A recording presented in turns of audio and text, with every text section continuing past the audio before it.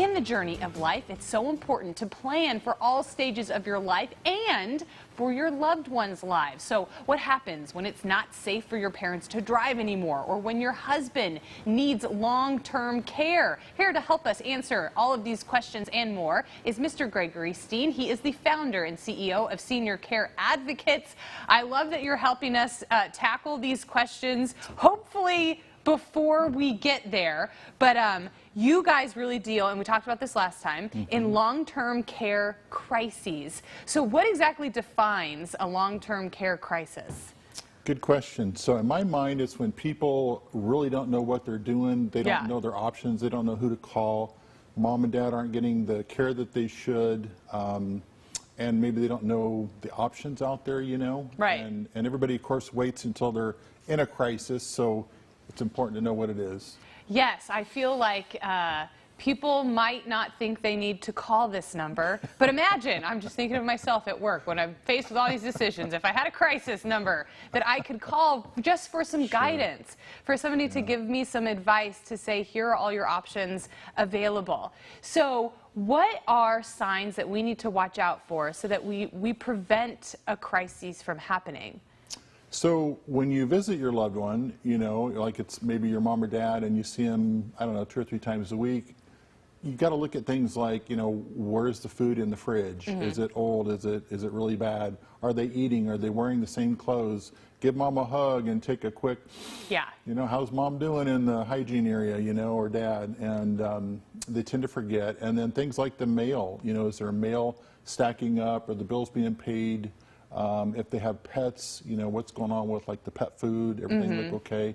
Look in the laundry, look in the bathroom and see what's going on. You can usually tell if there's, you know, some decline. Yes, the tidiness of the house starts to kind of slip away. Also, I feel like your eyesight, you know, it goes when you get older, so you kind of don't see everything.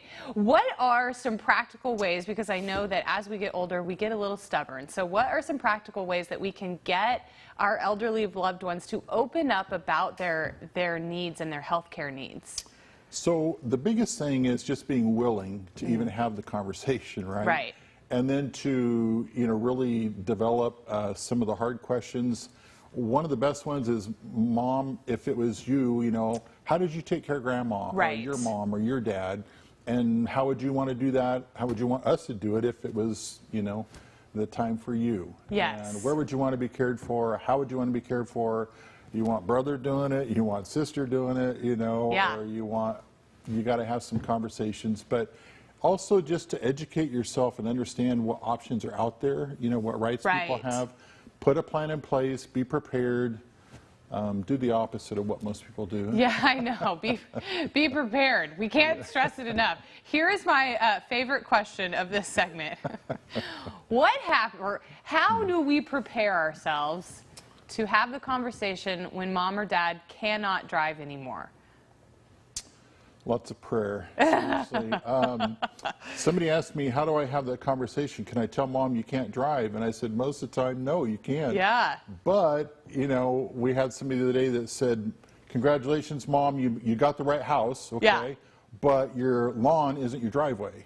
So we need to have this talk. But you got to have, seriously, you have to have like your backup plan, because what does it look like if mom says, oh, okay, or auntie says, I'm not going to drive anymore? What does that mean? I got to take mom to the doctor. I got to go buy her groceries. I got to go, you know, make her errands. What does that look like? And then be willing to accept that before you ever ask mom the hard question. Right. I think that driving is such a, you know, it's your freedom essentially. That's right. And it's your mobility and independence. And so it is a really hard thing for people to give up. But now we live in a time where you can get grocery delivery, or you can get an Uber, you know, right at your door. So it makes it a little bit easier. So I think now would be the time to introduce mom and dad to Uber. I'm still trying to get my parents to download that app on their phone. We will see. We will see one of these days. All right, you guys provide such great resources. So if you ever find yourself in a crisis, call Senior Care Advocates. They can help you out. We will have the number on our website as well. Gregory, thank you so much for being here today. Thank you. Can I add one quick thing? Absolutely. So if you have questions like this, September 13th at People's Church, 10 a.m., we're going to answer all these types of things. Oh, okay. Absolutely free to everybody. Okay, perfect. September 13th. I'll put that on the website as well. Thank you you. so much for being here. Coming up.